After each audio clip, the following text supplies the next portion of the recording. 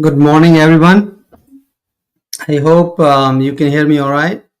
Simon, can you confirm that everybody can hear me? All right, this is great. Good to see you all. Looks like it's a big hall. A lot of people here. Good morning. I know it's a little early. I'm here in the U.S. Actually, I'm not far from New York City, and it's 11:45 p.m. here. So you can see that's how we work. If you are a startup and you're launching on a startup, you work in hoodies all the time. Um, so Simon, let's say you're gonna share my screen. All right, do that. Let me figure this out. There you go.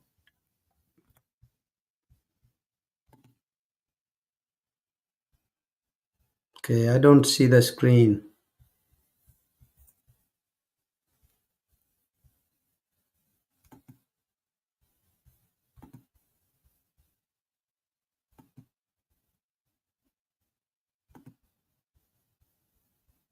Simon, I don't see the screen.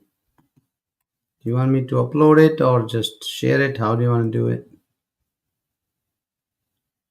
Perhaps you would like to reshare it. Reshare? Okay, let me try that.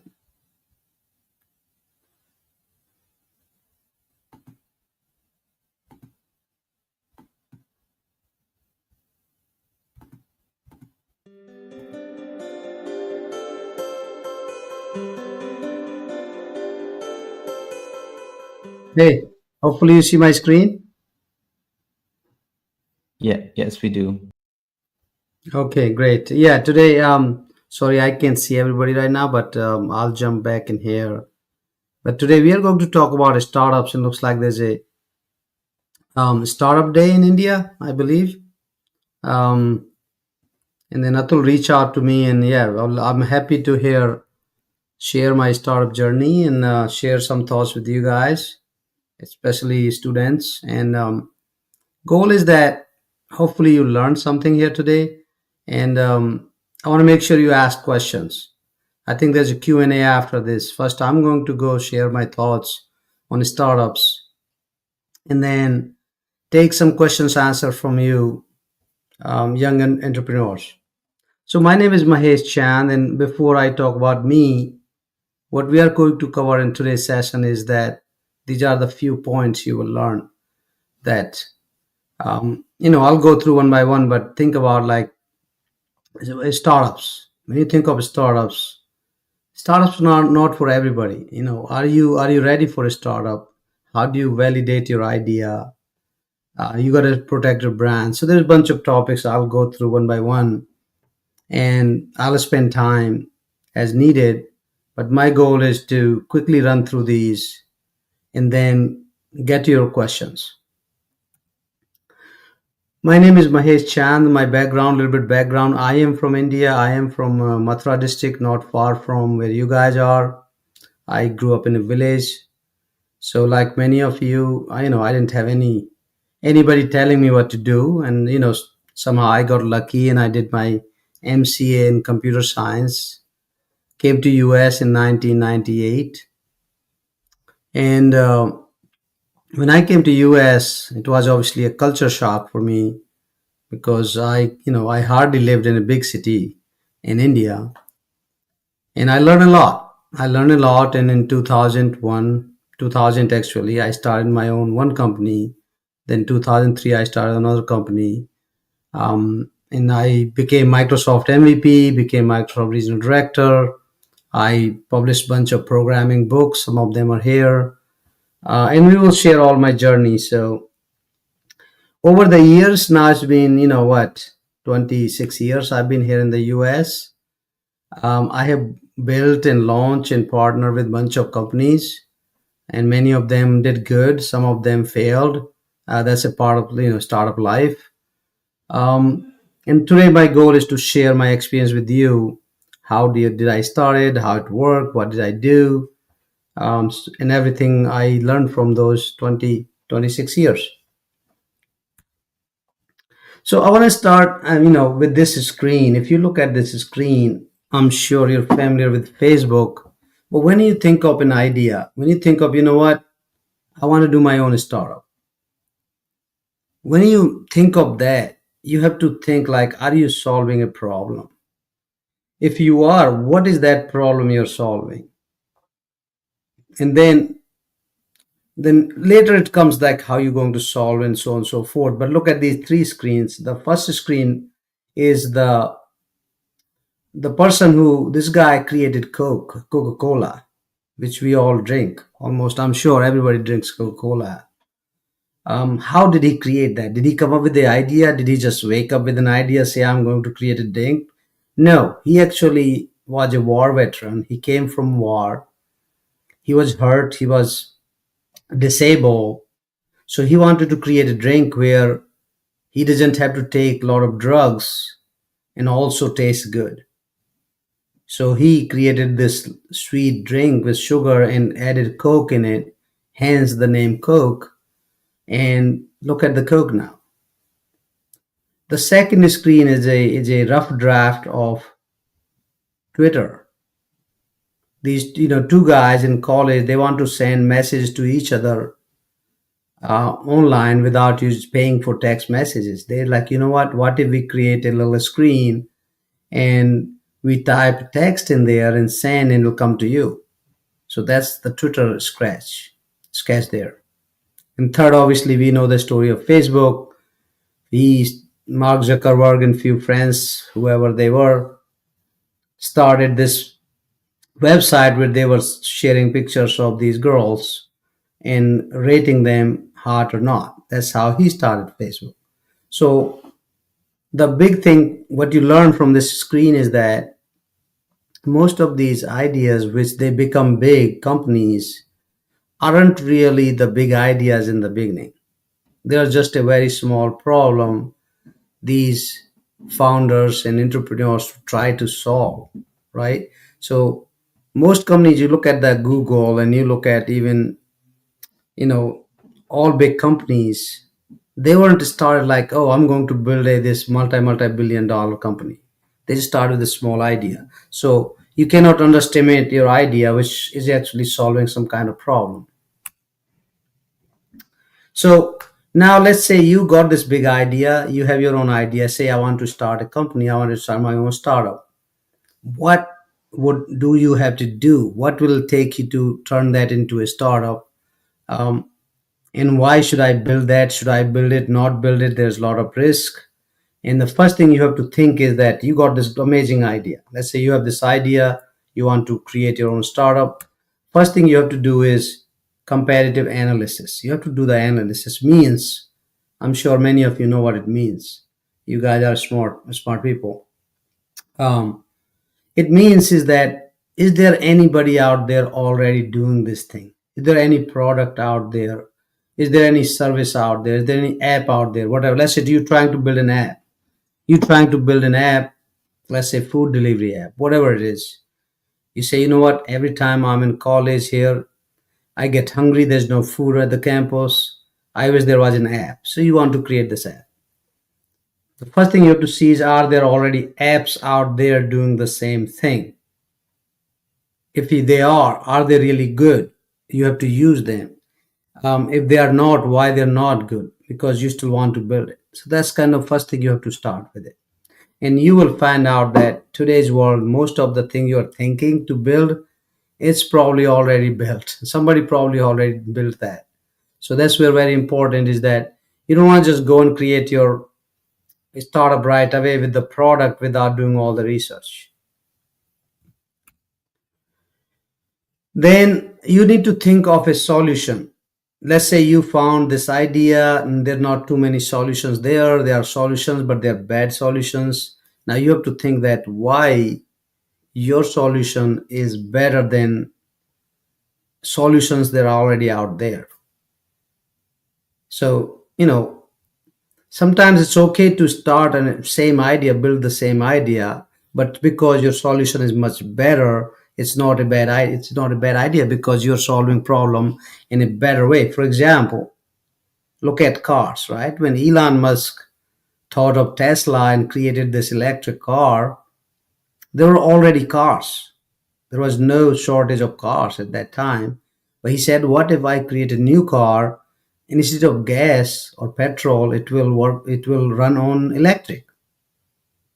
So what I'm saying here is that just because there's somebody has built the same idea, you may have a bit better and better solution for the same idea, which is maybe faster, cheaper, better, whatever it is. So it can be a duplicate idea as well, right? And there's a lot of examples again and again and again because there is something already there's bicycle already there. I remember when I was young, there was a hero bicycle, right? Now and there's so many other bicycles with new models and so on and so forth. So now you have this idea, you say, you know what, looks like my idea is great. You have done the market analysis, looks like there's not too many apps are out there. How do you verify that this idea is a good idea? Because you want to build it, you think it's a good idea. So first thing you do is you talk about your idea to your family and friends. That's how you know if it's a good idea or bad idea. So let's say you want to build this delivery app, food delivery app. You're gonna first you need to go to your friends already there in your class. He'll say, hey, what do you think? We build this new app and it's gonna bring us deliver the fresh samosas, right? Every time we say within 10 minutes, fresh samosas are right there. Your friends will tell you it will work or not, and they'll also tell you, yeah, it's a good idea, but I don't like samosas because there's already samosa guy outside there, which I can walk 2 minutes. Plus, I don't want to pay shipping fees because samosa is so cheap. Whatever it is. So first thing you do is you take your idea, you go to your friends, family, teachers, whoever you can trust. This is somebody who can give you the real feedback, real advice, not somebody who's like trying to support you. Sometimes you'll go to your family, they always want to support you. Don't go to those for this because that's not your right idea audience. You want the really truth about what they're thinking. You want to exactly know because that's how you will know, yeah, it's a good idea or bad idea. Don't go to your mom who she's always supporting your ideas like, yes, good job, yeah, do it. Um, Second thing is critics, right? You always look for some critics. They will go and think about from other side, like this is a good idea, but guess what? It's going to have this problems. Nothing wrong with that. Definitely listen to that. And then third thing you want to do is go find some of the target customers. And these are the people who will use your app. And you're going to talk to them about pricing. You're going to talk about how you're going to deliver it. You're going to talk everything about it and say, will you buy for this price? So these are the three types of people. And remember, you have not even started building anything. What I see a lot is that young developers, young entrepreneurs, they come up with the idea and they start building it, which is great. Nothing wrong for learning purposes. You learn, you make mistakes, you learn more. But if you are really putting your serious time and effort and money, then you want to make sure that first is you do your competitive analysis, and then you look at your why your solution is better, and then you also want to talk to some of the friends, family, coworkers, critics, and your customers. Now you should have a good idea that, you know what, I think my idea is a good idea because I have done all these three things. Then you're going to say, now I'm going to build my idea. And what will happen is over time is your idea is going to change. So don't just stuck with your idea. I see a lot of founders. I advise a bunch of startups over the years. I have advised them, and I see that some founders, they just don't want to change and adapt. So, but if you see there is a better need, you feel free to change and adapt because adapt adapting to newer things what customer want is really, it's not a bad thing. So now let's say, you know what, I have this idea, I already verified it, I done analysis, I want to build it. Now, when you build your idea, you want to protect your idea. Okay.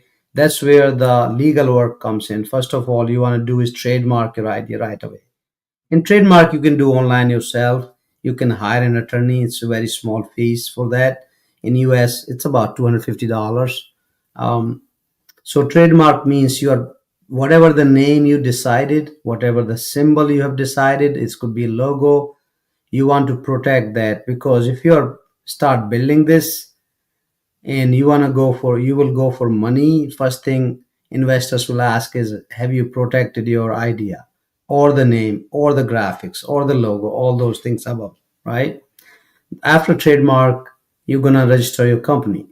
Now, some people start building the ideas without registering the company. That's fine too. There's nothing wrong with that.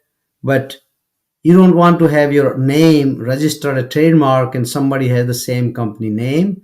So it's always recommended that you register the company.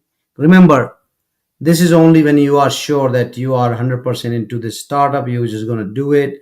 This is it. You already graduated or you are almost graduating, you have time for it, right? Then you're going to think about partnerships, and then NDA and patent and IP, right? And insurance. So NDA is a non-disclosure agreement, which what happens if you want to partner with somebody, you want to share your idea with somebody, or you want to get advice from somebody, you want to have investment from somebody, you're going to have this document called NDA.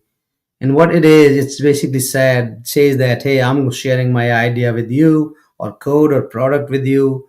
Make sure you cannot copy it, you cannot tell others. It just protects you from, copying and somebody sharing your idea with others. If you have very complex product and it's kind of some kind of process, you also want to think about patents and protecting IP through that, because patent is a little bit different and a lot more complex and costly.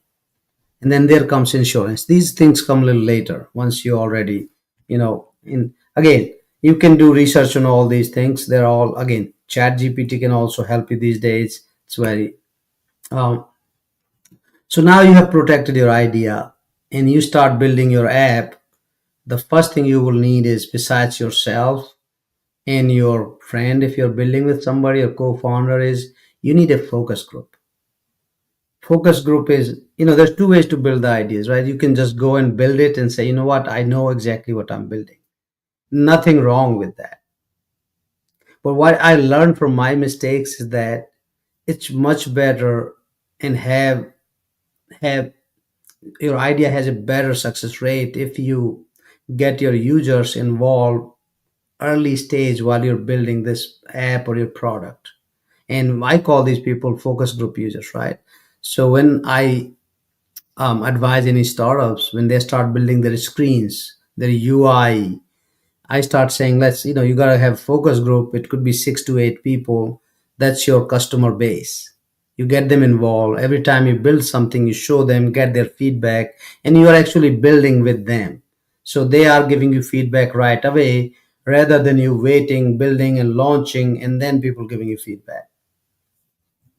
So far, I hope you guys learning something. Hopefully, I'm making sense here. I'm going to ask you questions. So keep your questions ready. Questions can be about anything. It can be about startups, about career advice, about anything you personal. You want to ask me something. I think Atul is there and Rohit is there.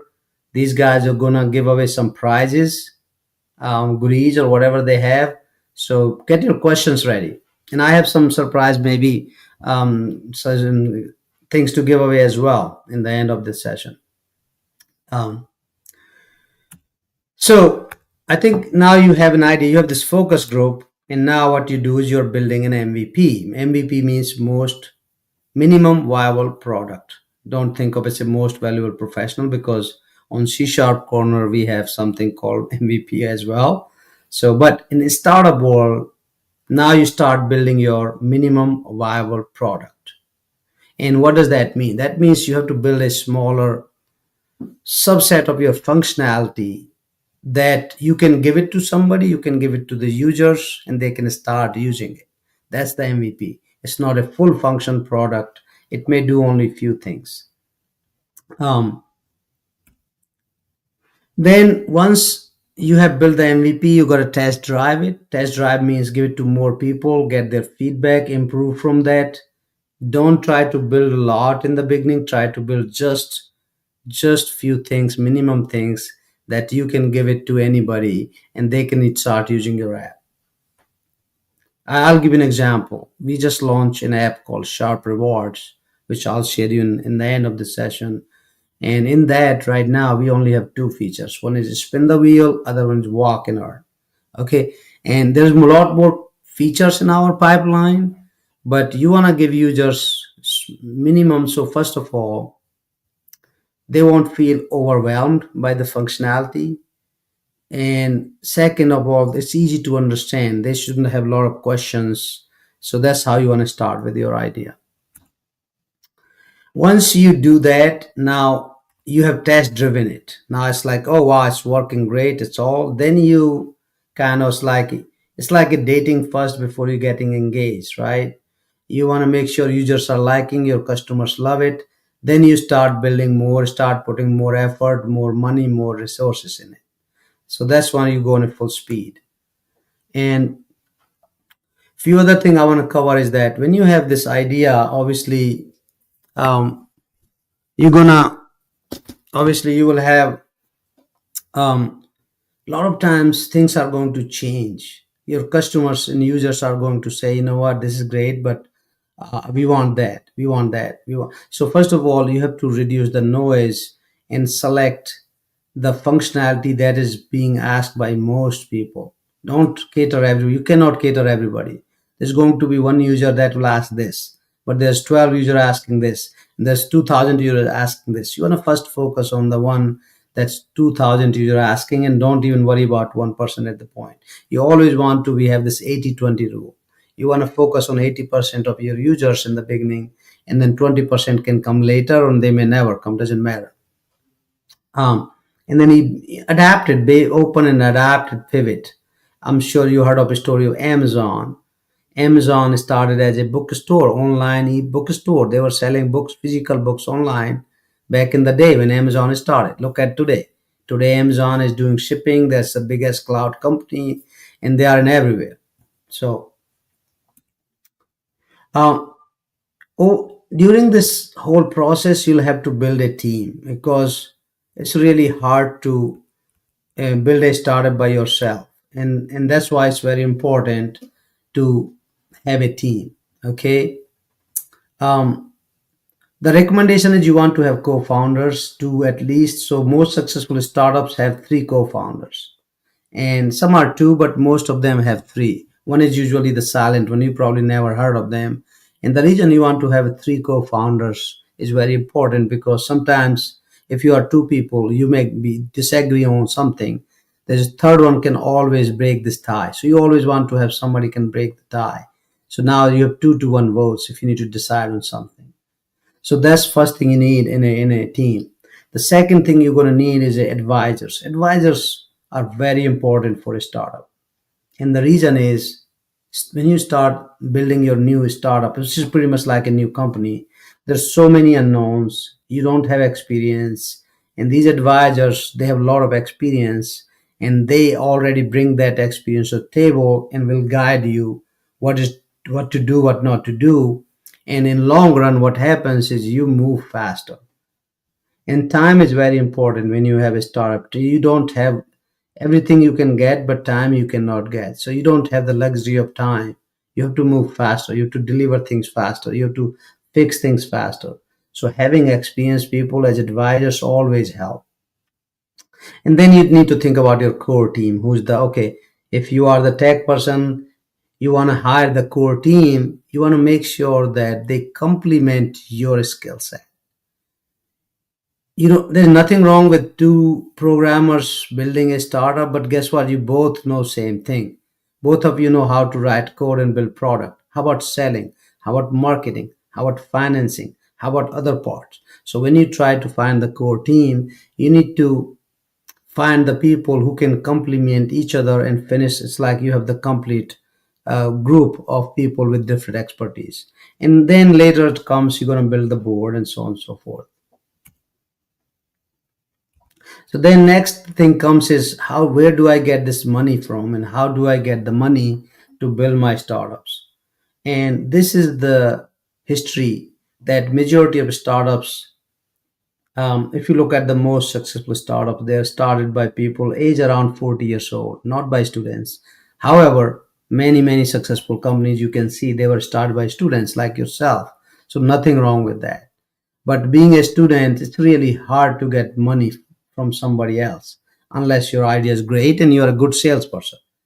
To raise money, guys, you have to be really good at sales or you build this amazing idea that everybody wants it. But if you're not there, what you do is you have to start with either personal savings. Sometimes you get money from friends and family who really like your idea, who believe in it. Um, then you go to this investor group called angel investors, and angel investors are usually high net worth individuals, and they spend about 25,000 to 100,000 US dollars in your company, and you can get a group of angel investors.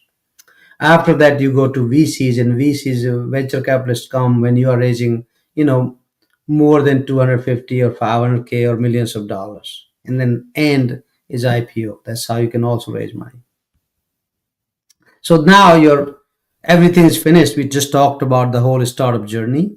Um, you have finished product and you're ready to launch. It's selling. Everything's going well. I have a couple of more slides here to share that in between. But while you're listening to me, guys, I want to make sure you start thinking about your questions. What question are you going to ask me? Um, So go-to-market stage is also very important part of any startup because without this you cannot be successful. So how do you do that? You start with your early adopters and beta testers. We talked about that, and then you are really going to go to your core customers. Um, Brand ambassadors is another way to grow depending on your type of product you have. Building brand ambassadors is a very good strategy because out of sudden you have these people who believe in you, and then again go to social media influencers, newsletter, regular updates, you SMEs and consult. This comes later. Once this is a another discussion, I can spend like a day just talking about go to market strategy, right? So few other things I want to mention here is that when you think of a startup, it's a very long road. It's a journey. It's not a quick like, okay, let me start this. I'm going to reach in 3 years. Any startup you see out there, by the time you hear those startup, they probably spend years and years behind the doors before you even heard their names. There's no only ChatGPT, OpenAI is the only company, and ChatGPT is the only product that has become successful overnight. But there's most startup you see any big company you hear her either it's a Facebook, Twitter, Microsoft, or it even Tesla. It takes years of time. So when you get into the startup, just try to be ready. Say, you know what, I'm there in this for long run. It needs a lot of money. Definitely need a lot of expertise and business knowledge, and again a lot of emotional support. You will see a lot of ups and downs in the startup journey. It's not easy, but if you like this and you're building something amazing, you believe in it, it's really fun too. It's very fun ride. Um, so here are some facts. I want to make sure that when you start thinking of startup, it's not all rosy. You have to think these are the numbers, and they are just numbers came from stats. It's not me making them up. 90% of startups fail. So you should be ready when you start a startup. If it's going to fail, it should not disappoint you because that's what happens. 90, the exact number is only 3% of startups are really successful. 7-8% are they just do okay, but 90% fail.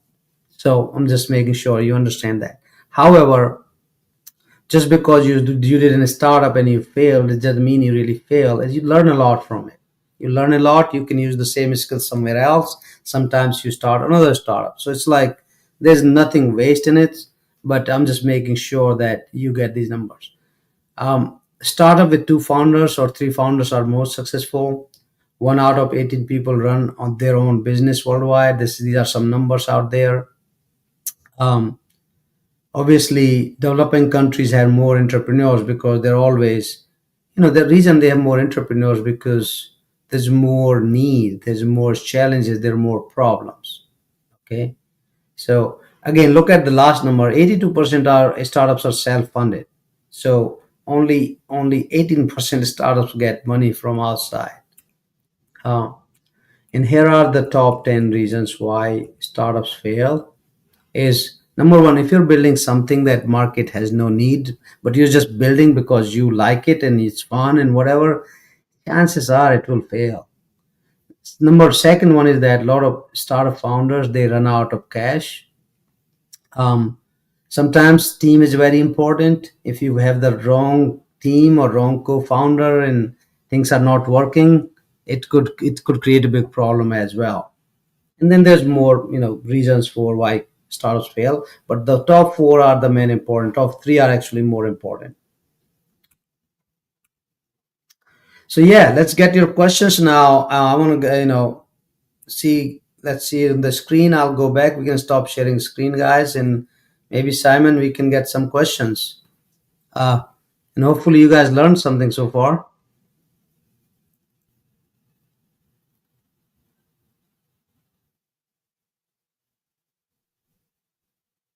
All right. While the camera is getting ready, there's a website I want you guys, if you don't know already, C Sharp Corner. It's a csharp.com. Go check it out. And the reason it's important for me to share that is we are building this C Sharp 2.0 is launching now. And what we are building C Sharp 2.0 is that think of this like a learning and growth platform. This is like a next generation of AI and blockchain combined LinkedIn kind of social media platform, and it's designed for students. Here a student can go and set up their settings, say, hey, I'm from this college, they sign up there, I'm interested in startups. You can start following people. And guess what? We are launching live show. There's csharp.tv. Simon can show there. CSharp.tv is here. Simon is the director for that. This is a live streaming TV like we're doing right now. Every week we stream, almost every day, we stream different shows. And one I'm starting on a startup next month, but you can also learn your day to day things. You can learn AI, Copilot, cloud. You can learn even you can even learn Python. All those things are here. You can also learn leadership skills. We also do bunch of live online conferences and in-person conferences, all for you guys, all for computer science students and software developers. So there's a lot here. Go check out the csharp.com. Yeah, let's get back to questions if the camera is ready.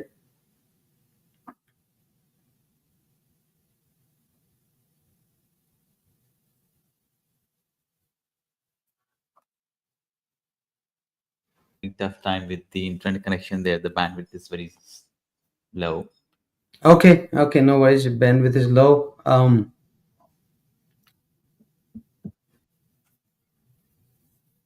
Maybe we can take the questions just manually from Atul, um, Yeah. or you can even they can even call from the phone. To be honest, they don't need to join from StreamYard, right? No, no, no.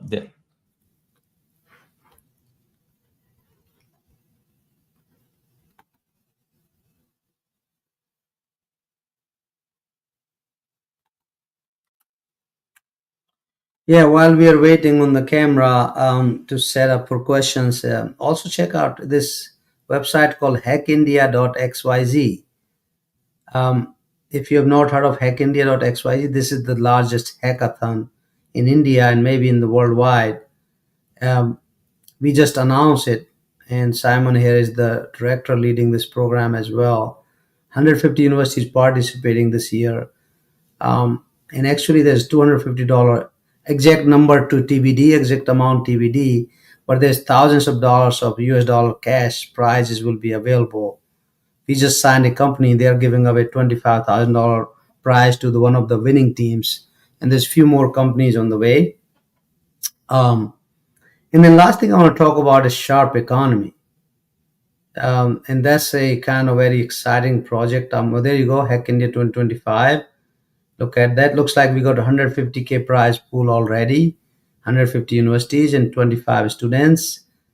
Maybe Simon can come in here and quickly talk about it before I talk about Sharp Economy. Oh, you put me in the spot. Yeah, come and talk about it and see why they should be participating in it or join it. Yeah, At excuse me least for come my to the camera finale. again. Yeah, I'm joining from home. So, hi everyone. My name is Simon and I lead Hack India. We started Hack India last year. We did Hack India in 50 universities and colleges across India with more than 10,000 students. We had the finale here in Delhi. Students from everywhere, from 8 different states of India, they participated in this hackathon. This hackathon was focused on Web3, and we had a very good engagement when we have built a very good community of young developers. This year, Hack India 2025 is expanding to 150 universities, going north, south, east, west, central part of India. In fact, this time we're starting from the southern part of India with SRM and in Chennai and all those cities. We're gonna come to nearby to your college. So I encourage you all to keep visiting hackindia.xyz and follow us on Twitter and LinkedIn to participate in these hackathons. These winners that you see on your screen now, some of them are from Chhattisgarh, Himachal, Punjab, and you could be the one holding the trophy this year. Yeah, thank you, and Simon. And the best part with Hack India is that you learn newest technologies here. We don't. You will learn Web3, blockchain, AI, Gen AI, all tracks are latest technologies which are in demand. As a matter of fact, some of these tracks are sponsored by these companies, and if you graduate from Hack India and you are one of the winning teams, these companies are actually going to interview and hire you on the spot in Delhi. Finale, we are going to do so. This program Hack India actually connects the learning, the building, as well as getting internships and jobs. So definitely check out hackindia.xyz. Um, Looks like camera is ready here. Let's see if we can get some questions. Morning, The sir.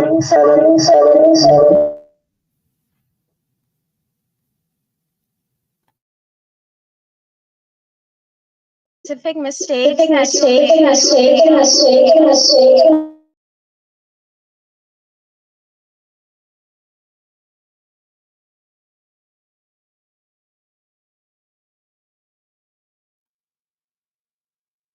you think you are mute. I can't hear you.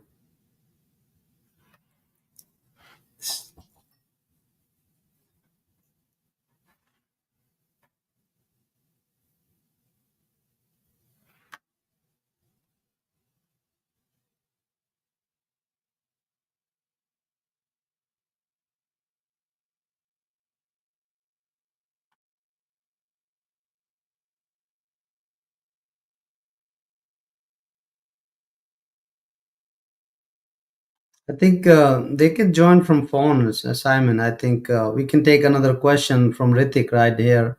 Ritik Chaurasia says, is it mandatory to have a good level experience for doing a startups?" So answer is no, because a lot of students start startups and they learn on the way. Answer is no, but it's good to have experience because you'll make less mistakes. But if you don't have, it doesn't mean you cannot have your start your startups, right? Many people start as students; they don't have experience.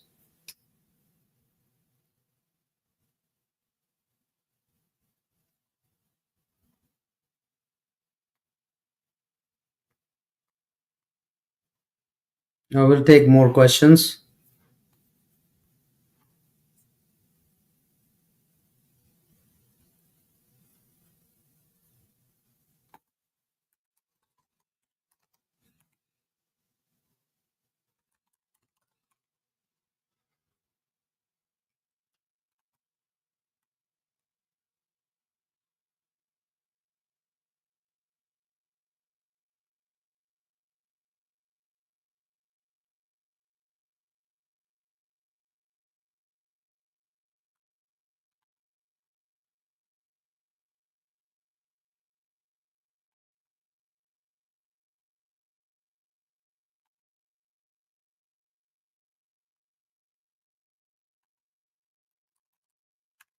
Okay, I think Simon, while we're waiting, what we can do is we can share Okay, there's another question from Stephen Simon. What is the biggest challenge you have faced this year, and how did you overcome it? There's a lot of challenges I face, so that's a good question. It's hard to find out, think of a biggest challenge. Um, Always the for any startup, biggest challenge always is fundraising. That's the biggest challenge, to be honest. And it's really hard to raise funds, especially when market conditions are bad. Um, so okay, let's take more questions. Okay, we have Mohit asking, what are your key matrices for success and how are you tracking them? I think the biggest key matrix is it's user adoption, right? A user adoption is the key, and are the people sticking to, depending the product and services. If you are selling something, are the people buying it, right? If buying it, are they happy and satisfied with product? It really depends on, but yeah, I think user adoption is the biggest one to me, because without that, it means nothing, right? Um, and then second is your growth, like if your user are adapting, that's great, but how fast are you growing over months and months and weeks and years. That's kind of the two numbers, and everything else comes later, right? If you have a user adoption, look at companies like Uber and LinkedIn and bunch of those companies. They were just focusing on user adoption. They didn't even care about profits in the beginning or revenue in the beginning. That all came later. So Ratan Singh, Ram Ramji, definitely Ram Ramji. Um, they they once is asking how can bootstrap startups compete with venture funded. Yeah, it's very hard. It's very challenging. They really can't compete unless they come up with some better ideas. And sometimes VC funded, obviously come a startup that has more money will move much faster. So you better come up with some ideas that are amazing, or you do something um, in the Web3 space. Web3 space is totally different because it believes in communities. It believes in a non VC funded. A lot of these projects are non VC funded, so you kind of do almost crowd fund in Web3, and you just end up getting money and support from people. So if you have a bigger community that's supporting you, compared to a lot of money, sometimes that's even better.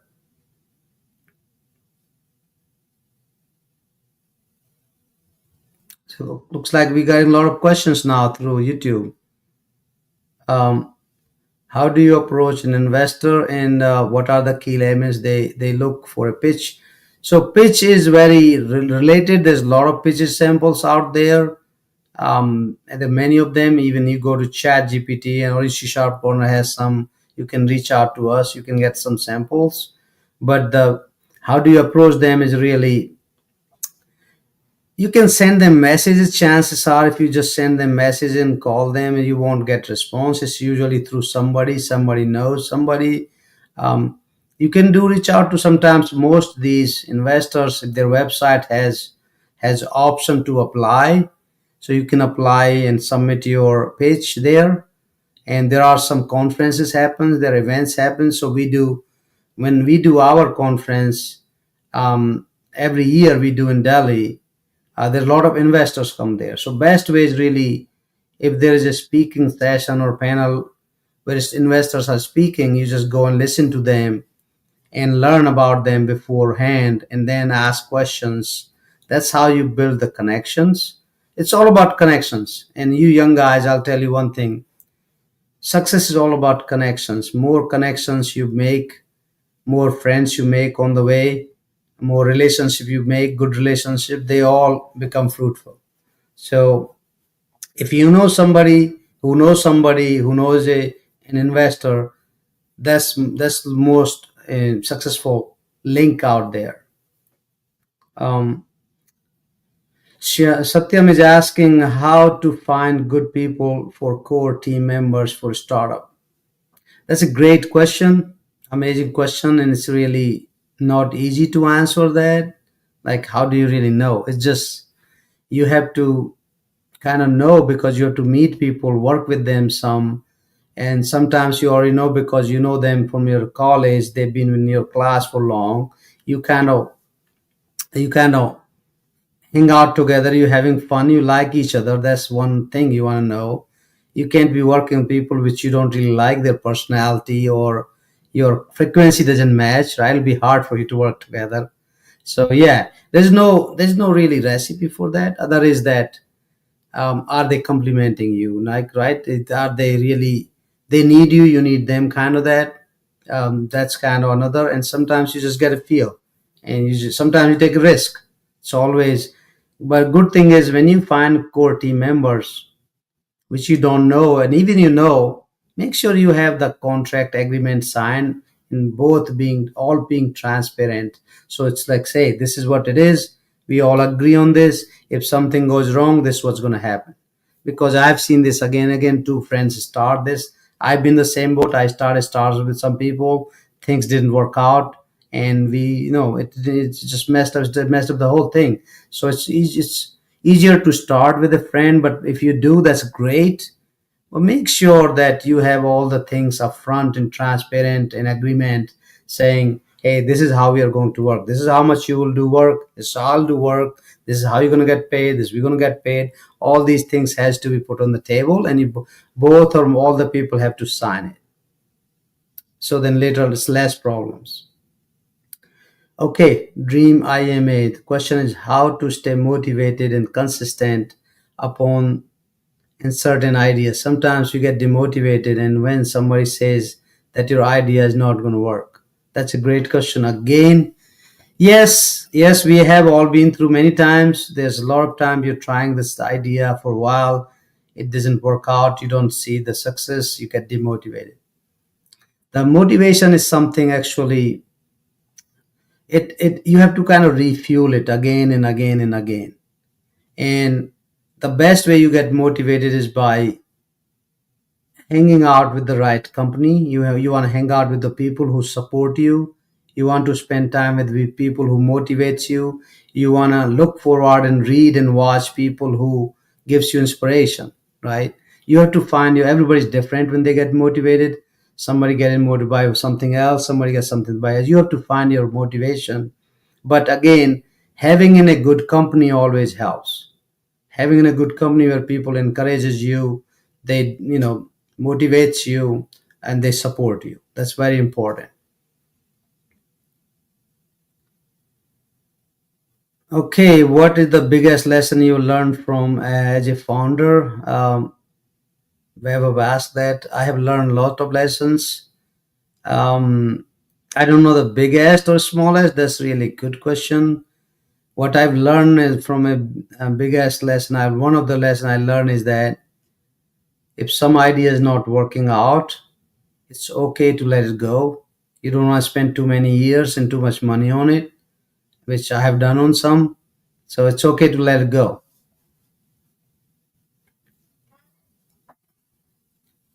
Okay, there's so many questions, guys. Here looks like Kumar Bhaskar. Sir, as you said earlier, provide MVP to our users, but as you know that first impression, the last impression, so will not destroy the impression. That's a great question. Like, yeah, do you want to give people like almost like uncooked food? Answer is no.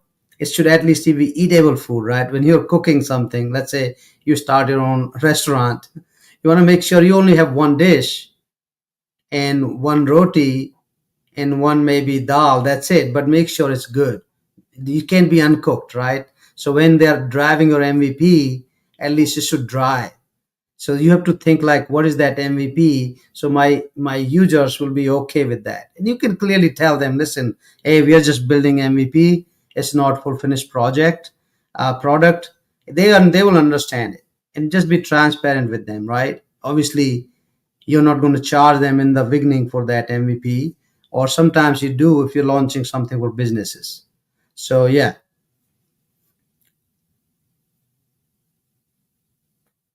how do you balance studies and starting a business? It's really hard, boundless.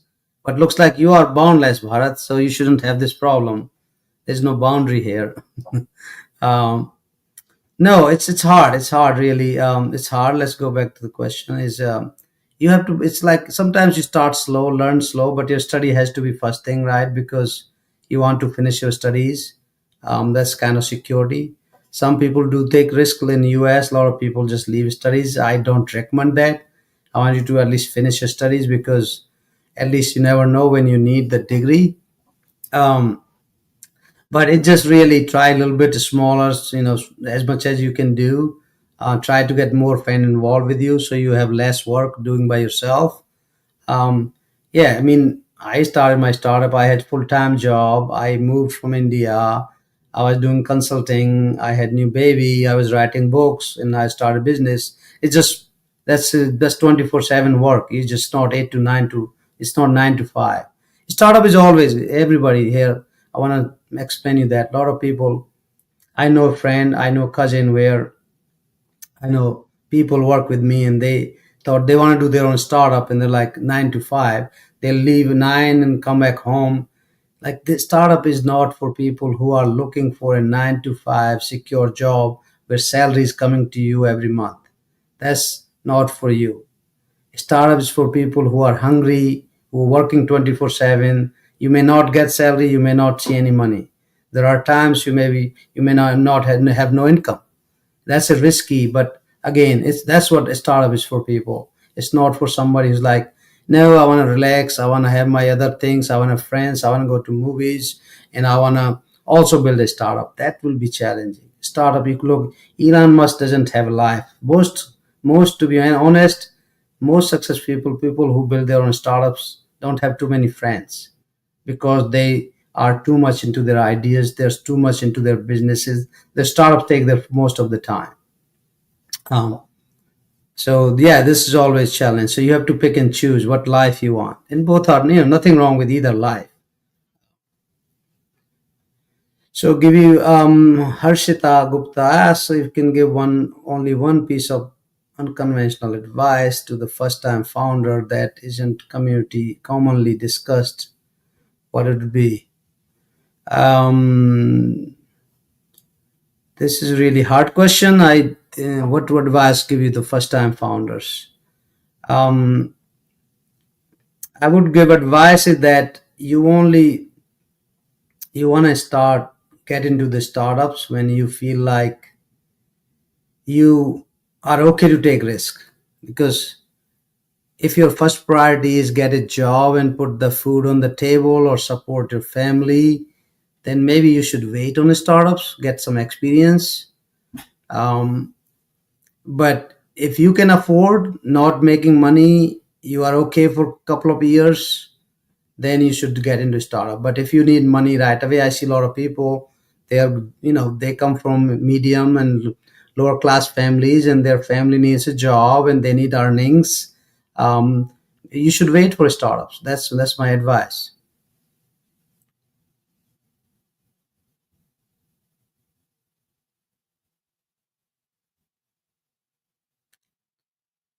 Okay, there's a lot of questions coming here. Guy, this is good, this is impressive.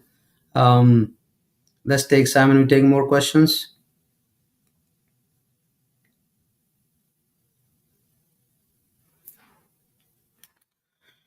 Okay, Twinkle asked, what trends in the startup ecosystem do you think are shaping up the future right now? Yeah, I can definitely answer that. This is one of my forte.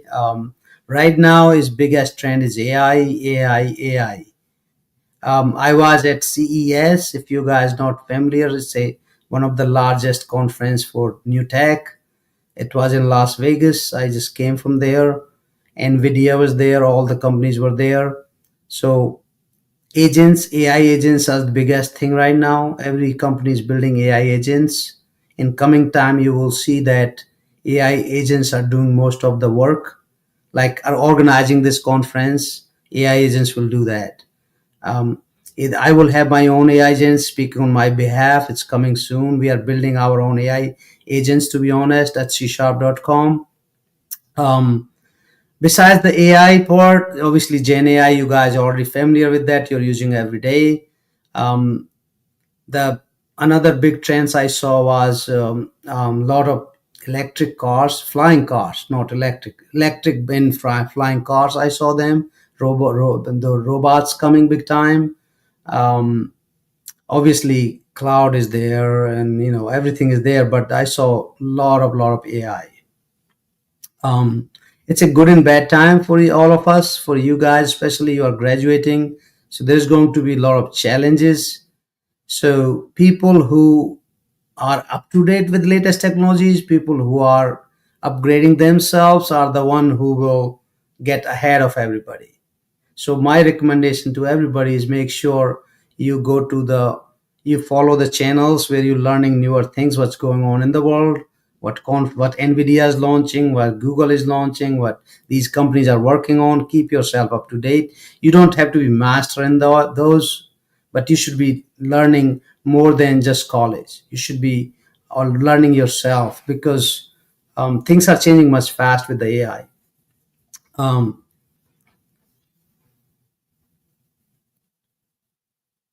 Your views on current startup situation in India, audio editor or Android editor. I actually don't have much idea about it. In India, I do a little bit idea. I work with some founders and I have some investor friends. India is growing its biggest ecosystem. India is going to be actually the biggest growth. India will have the biggest growth in next, I would say, 10, 10, 15 years. That's where the growth is. India will have a lot of, I see a lot of money, investor money is going into India now. 5 years ago, it used to be China. Most US investors were investing money in China. But in last 3 years, I have seen the trends now. Everybody's looking at India. There are companies contacting us, CSharp and Hack India, that hey, we want to launch our product. We want to do, take our Web3 product to India because India is the youngest country. You guys already know that. India also has the most demand. India also has the most tech developers and students. Right? There's no other country has that much. So India has a bright future when it comes to startups. There's going to be a lot more support coming. Yeah.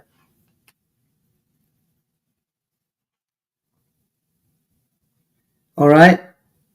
Kriti asked a question. What are some of the common misconceptions startup founders have while scaling a business? There's many of them. I think one of them is that, oh, if I build this product, everybody's going to buy and use my product. That's one thing. That's not how easy it is. It's really hard to get user adoption. And number two is that um, people think like money fundraising is very easy. It's really hard. That's another thing. Third thing is that life is really rosy and every startup founder is rich. It's really hard. It's very hard. It's a startup journey is very hard. If you like the hard work and you like 24/7 kind of work, then startup is for you. I know you see a lot of people who are already successful from a startup, but there are 90% people who fail. You don't see them, right? You only see them, the one who are successful. So, all right, if you guys bored, we can stop the questions. Look like there's a lot of questions. We can do some giveaways. Maybe where is Atul? Atul, you want to do some giveaways in between? Yes. Hey, Atul, nice jacket. Look, this is the difference between a manager and CEO is they wear jacket and coat, and startup founders, they are in hoodies usually, right? So how do you know somebody is a startup founder? You will see them in hoodies.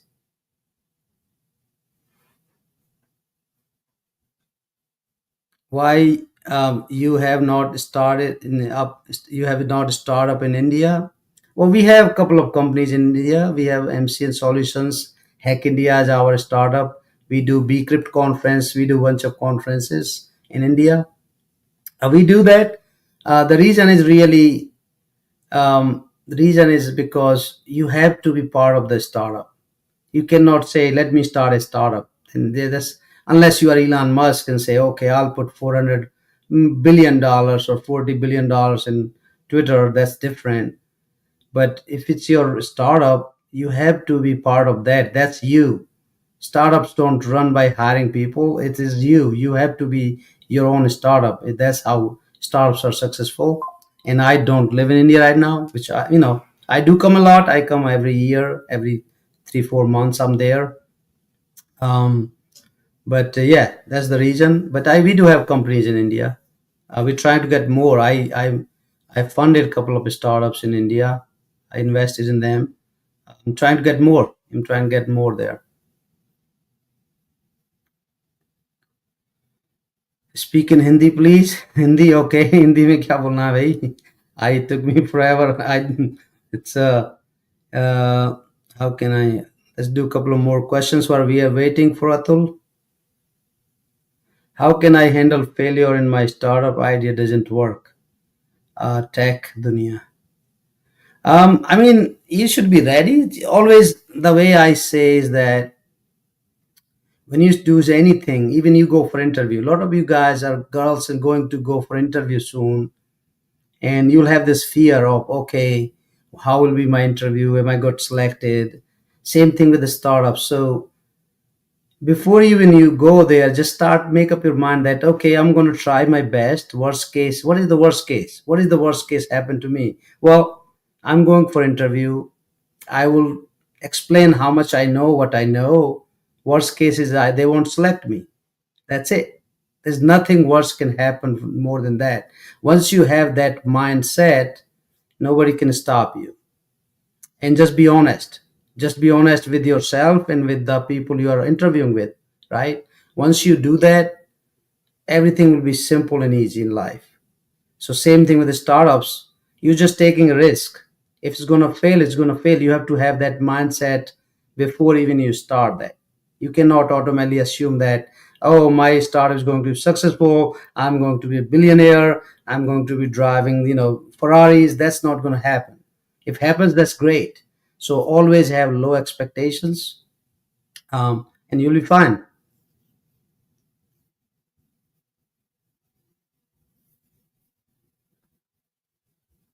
I think it's time to wrap. They have another question coming up after this.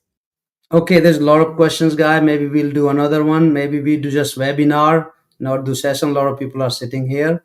Also, it's 1 a.m. here at night. I think everybody's sleeping here. Yeah. So, Rohit, you have anything? Atul, you have anything to share and announce prize or anything you need me for?